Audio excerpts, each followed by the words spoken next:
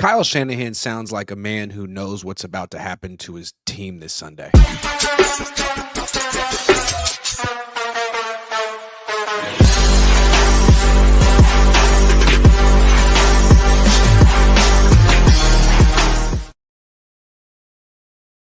How's it going? What's up? I'm Grant Cohn. Sorry I'm 5 minutes late. I was just sitting here looking at the ground, thinking about what I was going to say today because I got to get this one right. No, I just wanted you guys to wait. Appreciate you guys waiting. Kyle Shanahan had his conference call about an hour ago, and he, started off with a long list of injured players, and he was not in a great mood.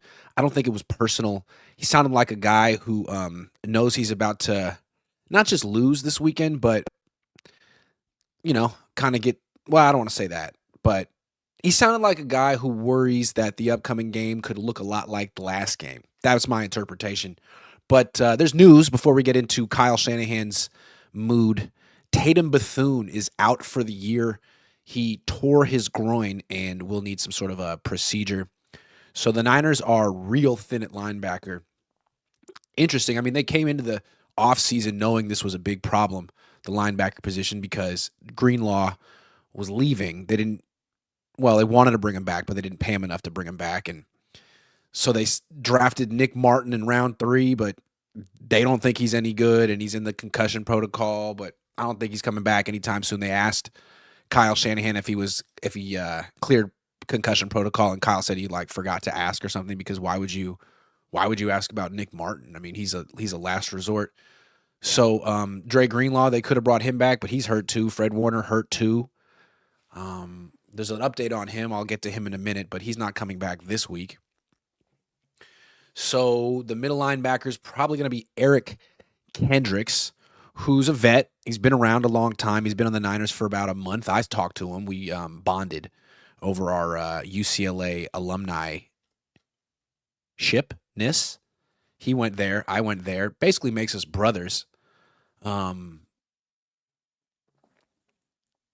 They have to stop Saquon Barkley, and the D winners is day to day, or they're going to reevaluate him throughout the week. It just sounds like this is a game that the Niners would need a miracle to win. I mean, is it even going to come down to schematics if you can't? Your defensive line is going to get blown off the ball. That's the best offensive line in football. And then your linebackers can't tackle or shed blocks against Saquon Barkley. I mean, will it even matter what Jalen Hurts can do as a passer? He's going to run too. It's going to be a tough matchup. And it's like, you think without Saquon Barkley, without Tatum Bethune, the Niners are in a lot of trouble. Before the season, you didn't even know who he was. You didn't know he was going to be a factor. Now he's like, can the Niners win the game without him? If they lose this game, do you look back and say, if they only had Tatum Bethune, they would have been okay? I mean, if they lose this game because of the linebacker position, I think we all kind of assumed they weren't going to win the Super Bowl this year.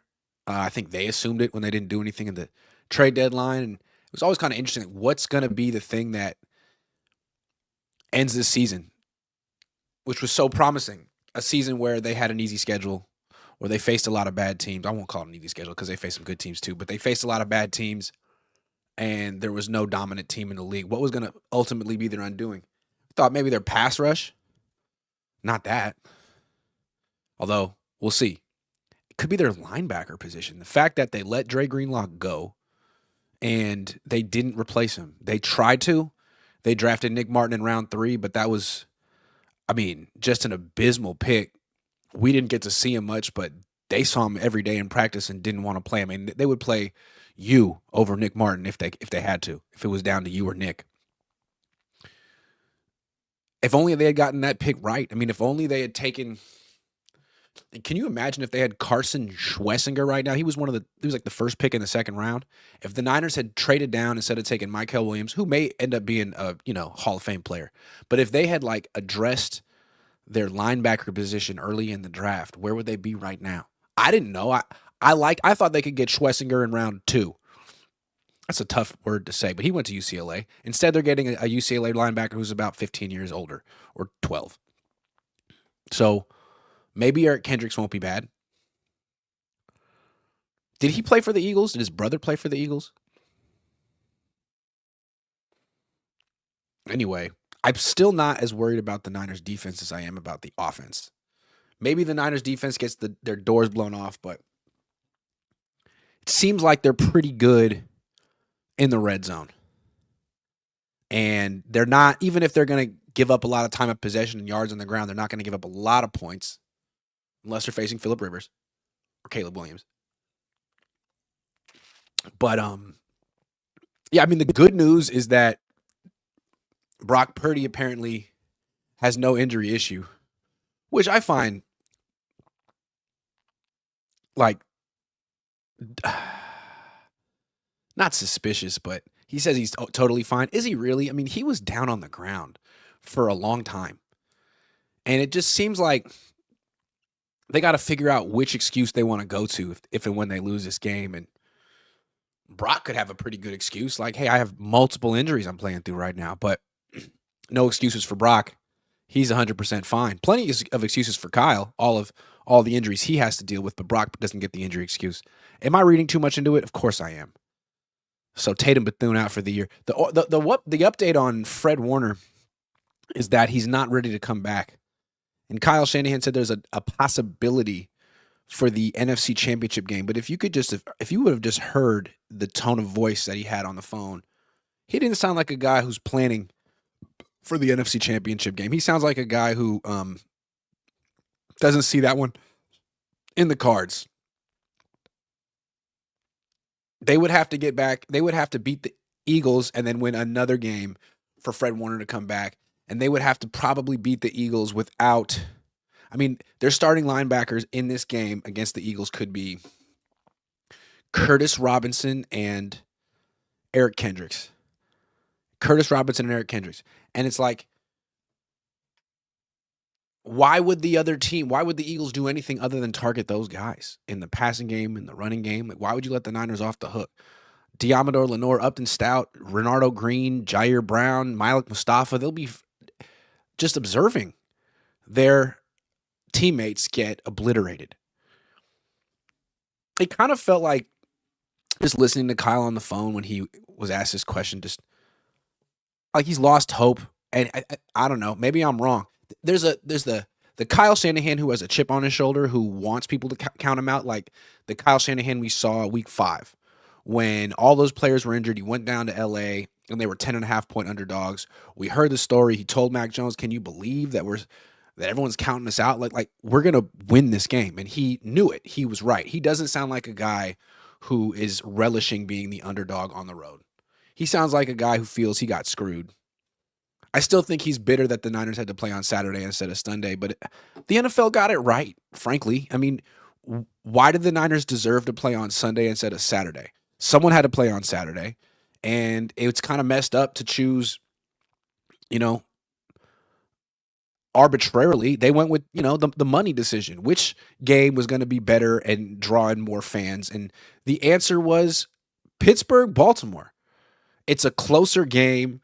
It's a more high profile quarterback matchup. It's on the other side of the country. I would have made the same decision. The game was great. They made the right decision. So instead of having Ricky Pierce, because I think Kyle's probably telling himself, man, if we had played on Sunday, we might have had Trent, we might have had Ricky, we might have won. Yeah, but you didn't. And it's like, do we really think that the NFL doesn't want the Niners to be good? I mean, don't you think every time the Niners are in the Super Bowl, that's good for the league? Don't you realize how many Niner fans there are? I mean, look at all the people watching this show and other shows that are going on right now about the Niners. How many teams have bigger fan bases than the Niners? Maybe a few. Maybe Dallas. Maybe Green Bay. Probably not Green Bay. Maybe Pittsburgh. Maybe not Pittsburgh. I don't know. It seems like it's only good for the league for the Niners to be good because they're by far the most important franchise west of the Mississippi or west of Texas. No, west of the Mississippi. I mean, definitely on the west of the Rocky Mountains. I'm gonna keep moving my geographical markers.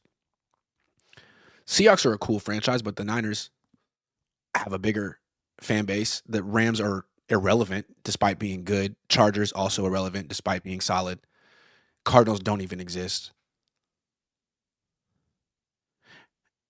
And the Broncos are pretty much in Kansas. So, who are we talking about? Fred Warner?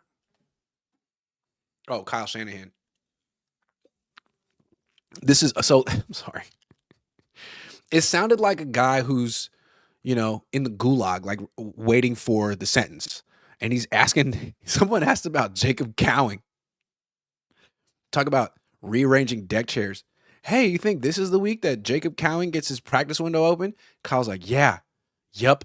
We're opening the practice window for Jacob Cowing. Man, wow. Are we really to believe that it took Jacob Cowing 18 weeks to rehab from a hamstring injury? He's like 24 years old. I'm not saying it didn't, but it just seems fishy. And doesn't it seem like Jacob Cowing's the exact kind of player the Niners could have used right now? I mean, asking him to play, he's not going to play. Is he going to play? He's not going to play. This just feels like, sure, we let him run around and, season ended. Sorry, maybe next year. Doesn't it seem like the kind of guy, if he had been healthy a couple of months ago, they could have used? I mean, this offense is slow. They need someone to replace Brandon Ayuk. They need someone to stretch the field. They put all their eggs in the Ricky Pearsall basket. That basket has about 8 holes in it, and all the eggs keep falling out and spilling on the ground, and then they break, and you can't put the eggs back together. So now you got Demarcus Robinson and Juwan Jennings at wide receiver. It's depressing. It'd be nice if you had someone fast like, I don't know, Jacob Cowing or Jordan Watkins. I mean, you draft these guys in round 4, no less, both of them, and you never, ever, ever play them despite needing that skill set. I don't understand that. I mean, on defense, Saleh does such a good job of, he played Siegel, he plays Stout, he sticks with Stout, played Collins, played West, played Michael Williams, didn't play Nick Martin, but he played a lot of guys. And Kyle, I mean, you still haven't found a role for Jacob Cowing. And he'll say, oh, no, he was hurt and couldn't play him all year. I'm just like, are you really? Or did you not want to play him? They could absolutely use Jacob Cowing in this game. They need someone who can get open fast, someone who can take a screen for a big play, someone who can get down the field. Because you saw what the Eagles did to what the Seahawks did to the Niners offense a few days ago. I mean, it was just disrespectful. They didn't play their safeties deep. They didn't play anyone outside the numbers. It's like, you can't block our pass rush. We know the ball's going to come out quick or this guy's going to run around. We're not even covering near the sideline or deep. Like, we know where the ball's going.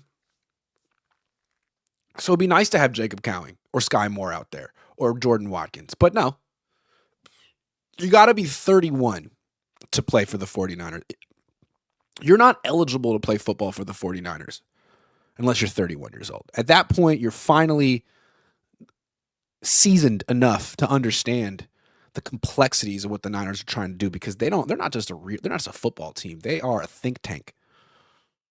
I feel bad for Jacob Cowing. Every time he got a target, every time he got actual opportunities on offense and not special teams, I thought he looked dangerous. I thought he looked good. To me, he's kind of like, remember Richie James back in the day? He was stuck behind Dante Pettis on the depth chart, but every time he actually played, he was better than Dante Pettis. I think Jacob Cowing's better than Richie James ever was. Richie James had a good name, though. Is he still in the league? Dante Pettis still is. He fumbled at the goal line last week. It's crazy that they still get targets. He's had a long career. So, hey, guys, Jacob Cowing, his practice window has been open. Try not to get too excited, okay? Because I'm sure the Niners are going to use him. Jamie Emery says, other day I said, please 3 times. Kyle, play 2 tight end sets. You said, okay, and moved on. You and your dad chatted about it. Niners look like cheeks. Eagles going to wipe them. I'm going to ask Kyle on Wednesday in person why he doesn't play Tonjes and Kittle together, and I'm going to try to do it in a way that doesn't make Kyle defensive, because when he's defensive, he gets snarky and gives us like a short answer, which is dramatic, but I actually want like a real answer, because I'm not trying to put him on the spot I don't agree with him, but I'm sure he has a real answer, and I'd like him to share it other than just, crap on me. So I'm trying my best to figure out how to do that. And I don't know that I can accomplish that one because I think he's in a bad mood. And I don't think it's my fault. I think it's Philly's fault. Michael says, these injuries and heartbreaking losses have got to be taking a toll on Kyle. Is he having fun here anymore? Is he getting burnt out? I thought he was in a great mood a few days ago. I thought he was riding high. And then Saturday night happened. So hard to say. Maybe we'll see how he is on Wednesday. The Camper Report. What's up, Ben Camperman? All the Eagles have to do is play D and run the ball. It doesn't matter who has the better coaching. We lost the season in 3 hours on Saturday, man. That's so true. That is so true. It's crazy, man. All the great things Christian McCaffrey did for this team, what he's ultimately going to be remembered for is that tip for the interception and the fumble in the Super Bowl. And that's kind of what Roger Craig is remembered for, too, with the Niners, his fumble in the NFC Championship game. But he actually also won 3 Super Bowls. So he, at least he's got that going for him. All right, let's talk Brock. So I've never seen a quarterback get defended more by general public than Brock after this game. I mean, like a quarterback on an offense that scores 3 points in a game. I mean, the whole world came to his defense. It was just, it was wonderful. I mean, it really made my heart warm to see so many people stick up for this poor young man who is trying his hardest and means well. He is an earnest, well-raised. He is a son and a husband and a father. And you cretins have the nerve to point the finger. You know what? When you're pointing the finger, there's 4 pointing back at you, buddy. Yeah. How dare you blame someone as pure as Brock? I'm sorry. I'm not making fun of Brock. I'm making fun of the people who come to his defense, like the white knights of Brock Purdy. How many times? I mean, if you see 1 ounce of criticism, Jason LaCanfora, you may not even know who that is, but he's like one of the old school Adam Schefter dudes. He used to have sources. I don't know if he still does. I don't know who he works for, but he used to be one of the guys who broke news, allegedly. And he had some slick comments about Purdy during the game. He's like, Purdy on primetime again. It's like, well, yeah, he has had some bad ones. He was good last week against the Bears. And then the comments are just so many people being like, oh, how could you say that about Brock? He doesn't need you to attest to his virtue, okay? He scored 3 points. He'll do better next time. Just let it. He needs to do better. Does he need help? Obviously. Kyle didn't help him. Christian didn't help him. Offensive line didn't help. Wide receivers didn't help. George Kittle for sure didn't help.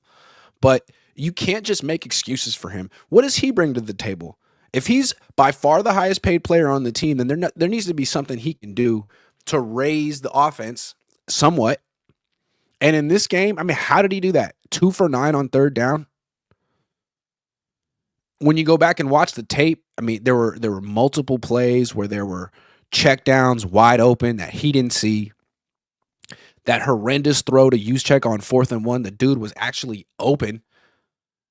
Brock didn't even see him because he was staring at the pass rush and moving around in the pocket. Ended up holding the ball for more than 3 seconds of play on average. What did Kyle Shanahan say a few weeks ago when I asked him about Phillip Rivers and what he likes about Phillip Rivers so much? Remember what he said? He said, because my question was, how come a quarterback who's 44 can be better than some of these 22-year-old quarterbacks who have all the physical gifts in the world? And he said, kind of like almost an exact quote, you can't run away from good NFL defenses. Isn't that what he said? You can't run away from them. You got to get the ball out of your hands quickly. That's pretty much a direct quote. He said, some people can do it and some people can't. It's a gift. He talked about it as if it was more of a gift than a skill. that it's something that some people like you can't necessarily teach. Like, can Trey Lance do it? No. My God, Trey Lance. We'll talk about him another time. Poor Trey. Not so poor. Can Brock do it? I don't know. Sometimes he holds on to the ball a very long time. You know who doesn't? His backup, whose name I won't say because it upsets so many people. Brock, arguably his best performance of the season, arguably, was the game in Cleveland. Because that was a legit top-tier defense. And Brock didn't put up big numbers. He didn't throw for 300 yards. He didn't throw for 200 yards. He threw for like 160. And he was decisive. He didn't hold the ball a long time. When he did hold the ball a long time, he got out of the pocket and threw the ball away. And since that game, he's been making really good decisions with the football. But now I think he needs to make those decisions faster. I think part of the reason the Niners scored 3 points against the Seahawks is because he was indecisive. He had happy feet in the pocket. Were guys giving him, doing him favors? No. But when you go back and watch the film, there were open guys in the flat underneath. And he's over here, I don't know, trying to be a playmaker, trying to extend the play. I don't know what he's trying to do. But he needs to play in this game against Philly like he did against Cleveland a few weeks ago. And that's throwing the ball away, making quick decisions. You can't run away from this defense. You can't hitch 3 times in the pocket against this defense, because if you do, you're going to lose and you're going to get hurt, because that's how you played against Seattle and you scored 3 points and you got hurt. And they say you're fine, but I wonder. I mean, they said that about you after you hurt your toe and they threw you back out there against the Jaguars. They said you were fine, but you weren't. So there's precedent. And I think it's funny how we've gotten to this point where, and I hate to keep bringing up this quarterback thing, but it's kind of a thing until it's not. And it's a thing again after 3 points. Why did Brock get the job back from Mac? Because he got paid. But other than we got to play the guy we paid, what was the rationale for bringing Brock back when they did? I mean, Mac had just played the best game of his entire career, 33-39 against the Rams. Well, we all saw the tape, right? Mac didn't throw that one pass to Demarcus Robinson deep. He checked it down for a first down, and that wasn't okay. How dare you take the first down, Mac, when you could maybe hit Demarcus Robinson for a touchdown? And there's truth to that, right? Like, you want the touchdown, and maybe Demarcus Robinson catches it. Maybe he doesn't drop it like he dropped the other ones that Mac threw him. So you got to go, right? You got to go. You're a check down merchant. Jimmy G 2.0. Let's get some explosive plays back in the offense, right? Here comes Brock. And whether it's his fault or the wide receiver's fault, I wouldn't even blame Brock. I would blame the wide receivers. It's the same reason Mac wasn't going down the field. Who are you throwing down the field to? So now Brock tries, forces the issue, throws a bunch of picks, and now he's back to, we're telling him, hey, man, will you just check it down? Will you just dink and dunk? That's what he needs to do, man. Get the ball out of your hands. They will hurt you. They hurt you before. They will hurt you again. You're probably not 100% healthy right now. Don't try to be a hero. Don't try to squirt through the B gap and make plays, man. You need to let your playmakers make plays. And if they aren't playmakers, then show the world that. Check it down to Christian McCaffrey and let him be on trial. And if he can't break tackles, then the team needs to get a new running back. But if you go out there and you try to play like Josh Allen and you turn the ball over and it's your fault and they lose, then the conversations are going to be super uncomfortable this offseason. And we're going to talk all offseason about, like, well, I don't know, would Mac Jones have won that game? I don't know. Would Mac Jones have won that game? Because you know what? I think Mac Jones might have beat Seattle. Yeah, I said it. Does that piss you off that I said that? I mean, I don't know. All he needed to score was 14 points. Did Mac ever score fewer than 14 points in a start with the Niners? No. Did he face a defense as good as Seattle? Yeah, he faced a defense as better than Seattle. He faced Houston. He scored 15. Was that a lot? No. It would have been enough. And what did he do against Houston? He got the ball out of his freaking hands quick. That's what he does. He didn't try to run away from the defense. He checked it down. Because when you throw the ball in 2.5 seconds or less, even the best pass rusher in the league is not going to get there. So here we are again, asking Brock, pleading with Brock, can you please play like Mac Jones? But the problem is, he's shorter than Mac Jones. If the competition is play from the pocket against a ferocious defensive line, a big defensive line, Mac's better at that because he can see better. He can physically see the field better from the pocket. That's the truth. The reason that Kyle Shanahan is rolling him left and rolling him right, the reason that Brock Purdy is frequently looking to get out of the pocket, even when it's intact, it's a vision issue. So I'm asking you to play like Mac. I don't know that you can with those behemoths on the defensive line in Philly. We'll see. But I'm starting to wonder if good defenses, good defensive coordinators have sort of caught up to what Kyle is doing with Brock. I mean, Mike Macdonald has it down. Is it that Mike Macdonald has Kyle's number, or is it that Mike Macdonald has Brock's number? Has Brock ever played well against Mike Macdonald? Yeah, that one game in Seattle in 2024. But then the second game in 2024 at Levi's was terrible. 3 picks in 2 games against the Seahawks this year. 4 or 5 picks against the Ravens in 2023. Is it just that Mike Macdonald knows? Is Fangio going to do the same thing to him? We know Purdy had a good game against the Eagles 2 years ago, but that was when the Eagles had like the worst defense in the league. Now they have the top 3 defense in the league. It's a big game for Brock, man. Big game for Brock. You got to play well, and you're not going to get the grace 2 weeks in a row. Isn't it funny how everyone wrote off Sam Darnold last year? He had a great year. He was pretty much playing like an MVP, but then he didn't play well in week 18, lost, and then was 1 and done in the playoffs. Well, Brock, you could do the same thing. And again, people love you.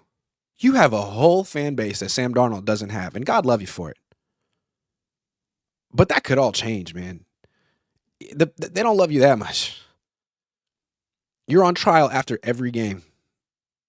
And as we saw just a few days ago, 1 bad loss can undo 6 wins in a row. If those wins are against Tennessee and Cleveland and Indianapolis and Chicago.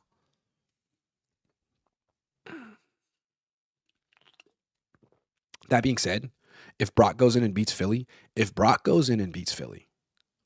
don't give a damn if the Niners offense score 10 points and the defense holds Philly to 9. If Brock goes into Philly and finds a way to win this game, that would be instantly the most impressive playoff win of his career. Because I still don't think much of that win over the freaking Lions. The Lions beat themselves. They were running the ball at will. They came out in the second half, and Ben Johnson was like, what would Kyle Shanahan do? Oh, he would pass. So he did that. And then Brock Purdy threw the ball and hit the other team in the face mask. Brandon Ayuk had a lucky ladybug who like guided the ball into his arms. It was crazy, man. You had to be there.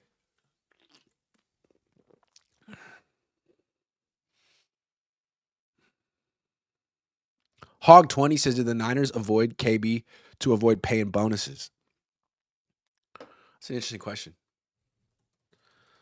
I know he got his 500 yard bonus, but I'm pretty sure he had a 600-yard bonus that he didn't make. He was at like 450 yards halfway through the season, and the 500-yard thing became really publicized, and I think the Niners didn't want to look cheap, but at the same time, they didn't get him to 600, did they? And they probably – that's the stuff that I don't get over. I can't get over with Kyle and his teams, the roster politics, man. Like, Kendrick Bourne was playing great, and you shut him down. Jake Tonjes was playing great, and you shut him down. And the football gods don't frown upon that. You can get away with that against the Bears' awful defense, but in a game you really need, the football gods thought you should have played Jake Tonjes and Kendrick Bourne, and because you didn't, you scored 3 points. That's what they told me. Vin Wynn said the only chance his team has this Sunday is for Saleh to stack the box and make Hurts use his hands. Otherwise, don't even bother to travel. Yeah. Look, Saleh was awful in this last game, but I would imagine Saleh would be like, okay, so my defense was bad, but even if we had made that stop on 3rd and 17, right? Let's say we make that stop on 3rd and 17 and force a punt. What was the offense going to do about it? What were they going to do? A whole bunch of nothing. So maybe the offense needs to show up. Partridge Mike says it's okay to rebuild. Why can't SF announce this, eat 2 years with sub 500 record and build a championship team as long as fans are aware? Because then you got to like give fans some kickbacks. You know what I mean? Lower prices, have less profits. And I don't think they're going to do that. Do you? Where is Tonjes and fast wide receiver fire these fools, says Seven Dennis. I don't know.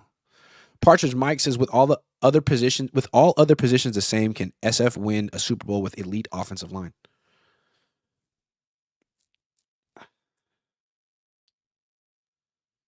I don't think so. I think their wide receivers are terrible. I think that this team is more than like one position group away. Nick, I'm sorry. I've been kind of bipolar with this team this year, but that loss to the Seahawks was sobering. Nick H says, suit up, Grant. We need you out there Sunday. Hell no. Playing O-line and linebacker and quality control next to Kyle during special teams. No. My back hurts anyway. I don't even play football. VC Nick says the only reason we lost was the crap play. Oh, this is a good one. I'm going to read this one slow. VC Nick says the only reason we lost was the crap play calling. It wasn't the players' fault they had to run the worst plays that have been called all season. You hear that, Kyle? Abu Marco 23 says the winning plan is for Purdy to be captain, dink and dunk. The short 5-yard pass is the run game. 15 play drives, eat clock, keep our D off the field. The Mac Jones offense, man. This is what Mac Jones was doing, and everyone like crapped on it. There was no run game. He had an extended run game, which was him checking down. It was absolutely necessary. It's what the Niners need in this game. Trade Pearsall over it, says Prabhu. Who wants Pearsall, man? What are you going to get for Ricky Pearsall? If you traded Ricky Pearsall for a draft pick, what would you get? Would you even get a third? Do you guys understand what the Eagles did this weekend? They could have easily gotten the number 2 seed, which would have its benefits. They would guarantee that they would have a second home game in the playoffs if they win the first one. That's pretty good. Now, if they win this game against the Niners, there's a chance they have to go to Chicago in the second round as opposed to hosting Chicago. So, on the face, it seems kind of dumb. Why would you sit your starters and not just get that number 2 seed? Well, one, they gave themselves a little pseudo bye week, which is nice. So now they're rested. 2, seems like they really wanted to face the 49ers. Like, it seems like they want the Niners. And I don't know, maybe you would too. Wouldn't you after watching them against the Seahawks? I mean, are the Niners really better than the Green Bay Packers? I mean, the Packers have a better defense, even without Micah Parsons, than the Niners do. So it seems like the Eagles made the calculated choice to set up this matchup in particular, which is such a slap in the face to the 49ers. And I think it's tough. It's tough to expect the Niners to go across the country and win for so many reasons. One, it's across the country and they're on the road. 2, they're not rested. They're beat up. They're down to their 3rd string middle linebacker and 2nd string weak side linebacker. And the Eagles are rested. So it's like you're facing the number 1 seed. And you're still reeling from your loss to the Seahawks. That's as close to a scheduled loss as it gets. The Eagles are going to be fresh. The Niners won't. The Eagles will be at home. The Niners only did a miracle to win this game. I mean, they could have another game where their offense scores no touchdowns. They could. That's what Kyle Shanahan sounded like on the phone today, a guy who could see what's in front.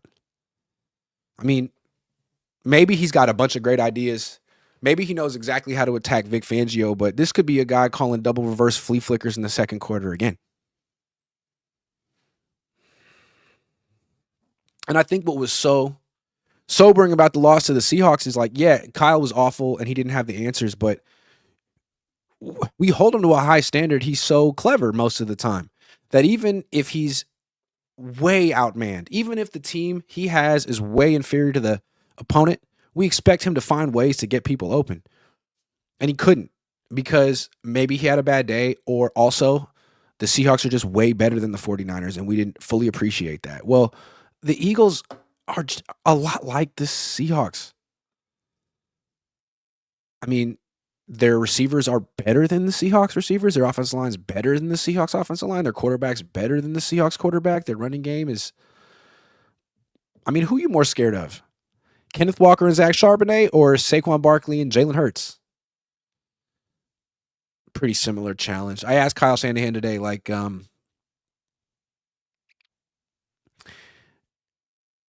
does the Eagles defense present a similar challenge as the Seahawks defense? And he didn't want to answer that question. He was like, yeah, I mean, in the sense that they're both good against the run, have great pass rushes. It's like, yeah, kind of. Kind of. So I don't know. Maybe the Niners could take that as bulletin board material. Maybe they take it as disrespect, but it was smart. Rather than play your starters, not get a bye week, and then face the Packers, I'd rather face the Niners off a pseudo bye than the Packers. I'd rather face the Niners than the Packers, even if everything was the same, and it wasn't. So Nick Sirianni, he does some things right. Here's my question to you guys. Let's say the Niners go into Philly and lose, which it frankly looks like they're going to do. They're 2.5-point underdogs. And I just don't know how you could expect the Niners to win such a crucial game without Tatum Bethune. So if they lose, one and done, was it a successful season? Was it a good season? 12 wins. They were 12-4 at one point. They won 6 games in a row. Heading into week 18, we were talking about how they, if they just won this one game, they'd be the Super Bowl favorite. Kyle Shanahan, coach of the year. We saw, some people talking about how Brock Purdy should get MVP votes despite missing 8 games this season. I mean, the narratives were incredible. Then they lose one game to Seattle by 10. If they lose this game to Philly, was it a successful season? I don't think so. I'm sorry. Maybe I'm a hater. But it would feel kind of like what Minnesota did last year. Minnesota had this great year and won all these games and put up numbers in the regular season, but when it really, really, really, really, really counted, they just fell on their face. And I don't think they look back at the 2024 Vikings as some type of, special experience. I mean, it was so traumatic for them that they got rid of their quarterback when maybe they shouldn't have. They had to make drastic changes at the end of that season because of 2 games. So if the Niners lose to the Eagles, I mean, you could say, yeah, they exceeded expectations, but how many games did they win that surprised you? How many games did they win this season that they really shouldn't have won? 1? 2. Week 1 against Seattle and week 5 against the Rams. But since week 5, they've won the games they were supposed to win, and they lost the games they were supposed to lose. They're a second-tier team that, to me, was largely carried by their old core of players.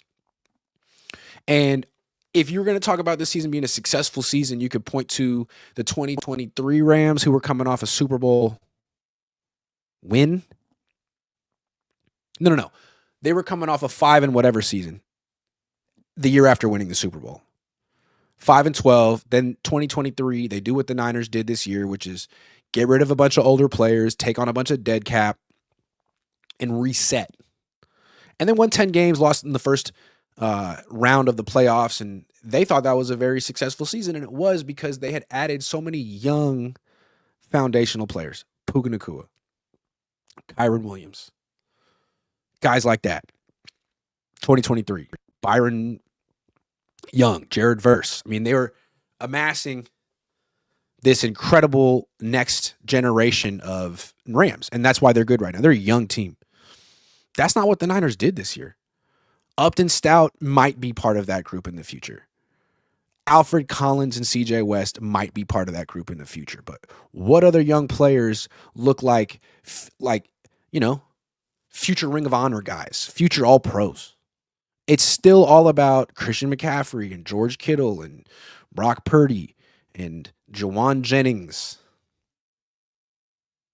So to me, I talked about this with my dad yesterday on the Cohn Zone. It feels more like the last gasp of a aging team than the you know, first season of a young team. I didn't phrase that well, but you know what I'm talking about. Given how Kyle Shanahan really leaned into the older players on offense and was featuring Demarcus Robinson and playing no rookies, I think they got to win a playoff game to consider this a good season. I'm not saying fire people, but I don't see how you give this team like a big round of applause for going one and done in the playoffs if they do. Here's a fact.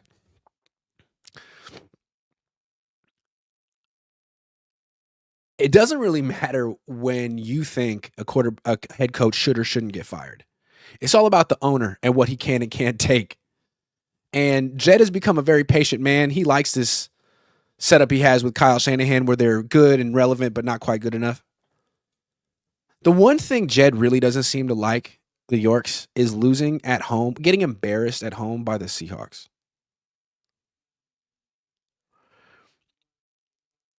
3 times in York history have the Niners lost at home to the Seahawks and scored 3 points.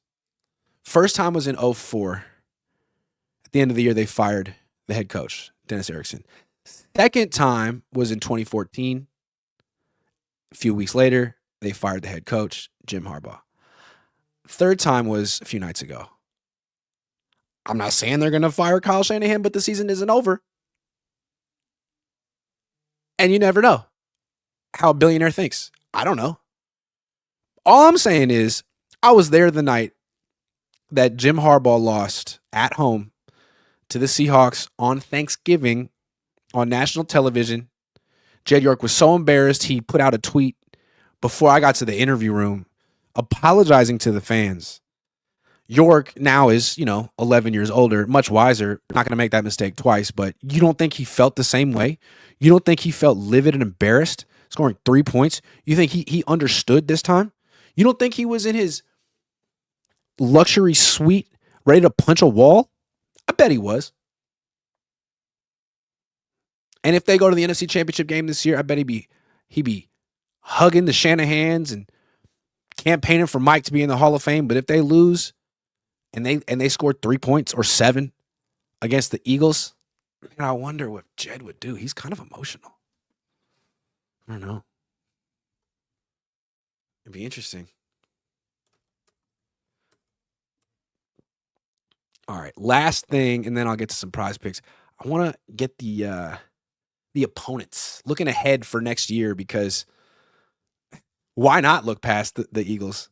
Okay, here's who the Niners are facing next year at home. Obviously, Cardinals, Rams, Seahawks, then Broncos, Raiders, Eagles, Commanders, Dolphins, Vikings. On the road, the Niners face, obviously, Cardinals, Rams, Seahawks, then Dallas, Kansas City, the Chargers, the Giants, and the Falcons. So because the Rams won, the Niners get a third place schedule, which means they get to face the Dolphins and the Vikings and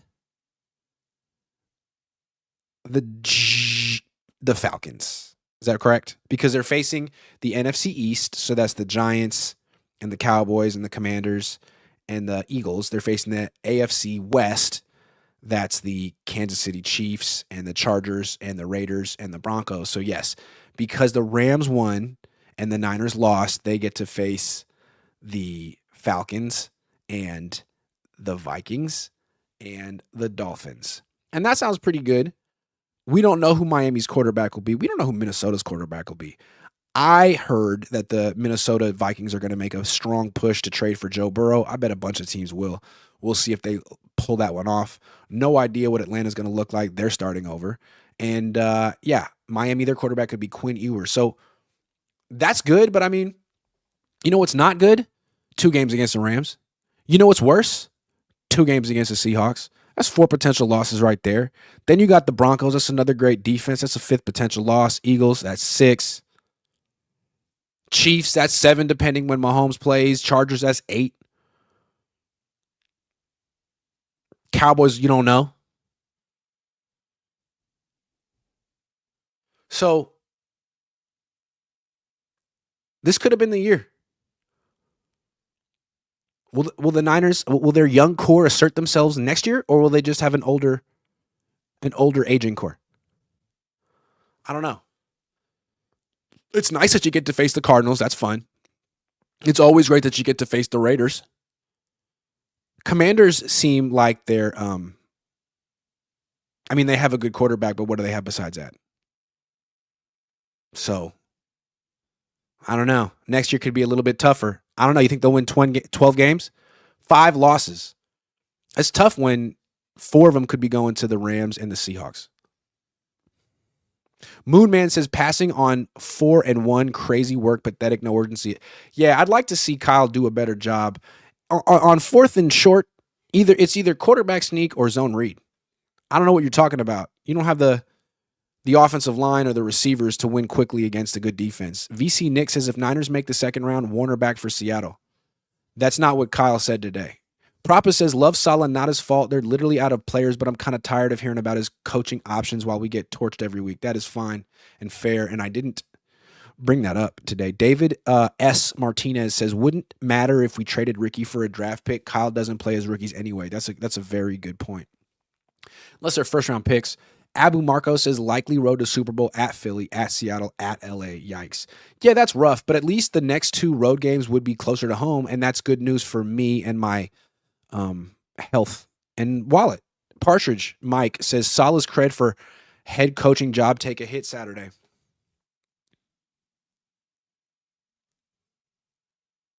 I think it's a good question. On the one hand, if you watch the game, you could say, yeah, man, like, how do you let them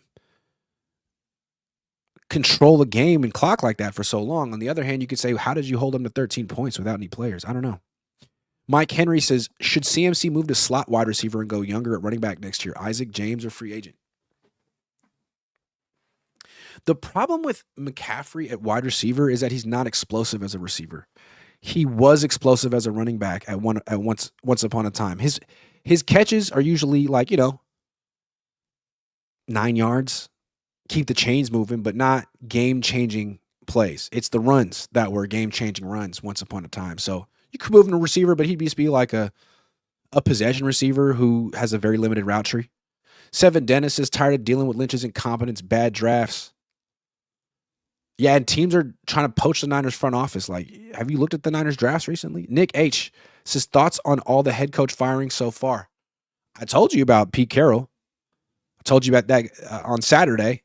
So that's the right move. I think it's rich that the Browns fired Stefanski like he was the problem. I have a feeling he's going to go somewhere else and do pretty well. I kind of got the feeling that he was the only thing good about that team, him and Schwartz. Who else got fired? Gannon, not surprised.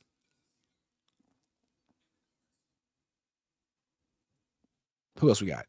I don't care. Abu Marco says, Kyle will never use our secondary players. B-Rob, Tonjes.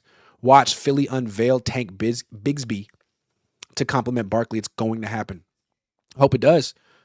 Maybe Kyle Shanahan will get a bright idea, an epiphany. Anoop says, Robert Saleh should play a 5-man front with 6 defensive backs, safeties instead of linebackers for more speed and coverage. That's exactly what the Seahawks did, right? 5-man front, bunch of DBs behind it. Pretty genius. Kind of makes the Niners seem outdated. Partridge Mike says either season was successful or the 5-win streak was against really bad teams. Probably the latter, as quarterbacks, running back on those teams had season highs, i.e. Grandpa Rivers. That's what I'm thinking. They did beat the Bears, but the Bears are way better at home, and the Bears just lost to the Lions. So what does that say about the Bears? They're not a good team. I think that's what it says. B Metal Starlight says, even if by some miracle, the Bears are the Commanders from last year. The Commanders from last year weren't a good team. They won a bunch of close games and regressed this year. That's what the Bears look like to me. B Metal Starlight says, even if by some miracle the Niners made it to the Super Bowl, I have zero faith that Kyle won't choke the game away. Yeah. I'm not reading that next part because I could get in trouble and it's all alleged, but you read it. You see it. You see it. VC Nick says Cheats QB also in question, depending when we play. Cheats QB also in question. I don't know what that means, but you know what time it is. You know what I do know? You know what I do know? It's Prize Picks time. It's playoff Prize Picks. Dun, dun, dun, dun, dun, dun, dun. Okay, here we go. That's the Prize Picks song that I just made. Brock Purdy, 229.5 passing yards against the Eagles. 229.5 against the Eagles. I'm sorry, I'm going to say less, dude. It's a really good defense, and you have Demarcus Robinson. Jalen Hurts, 207.5 against the Niners. I'm also going to say less. I feel like these teams are going to be running the ball. Christian McCaffrey, 60.5 rushing yards. No.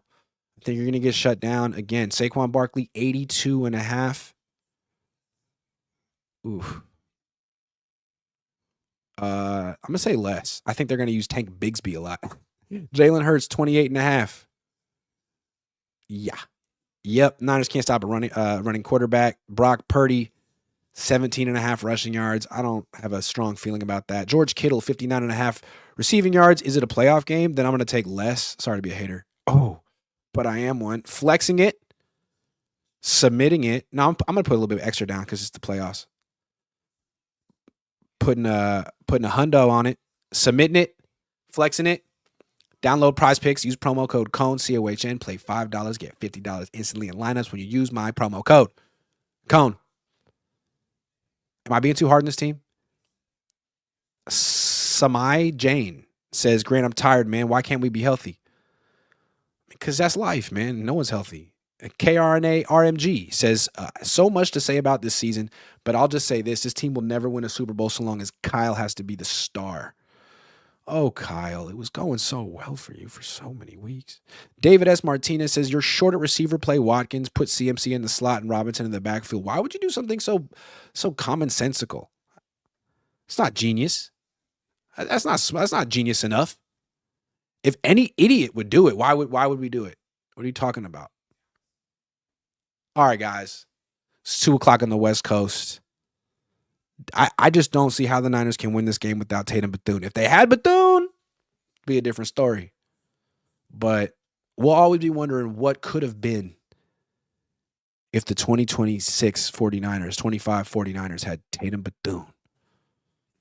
It's not fair, man. They're the only team that ever has injuries. Thanks for watching.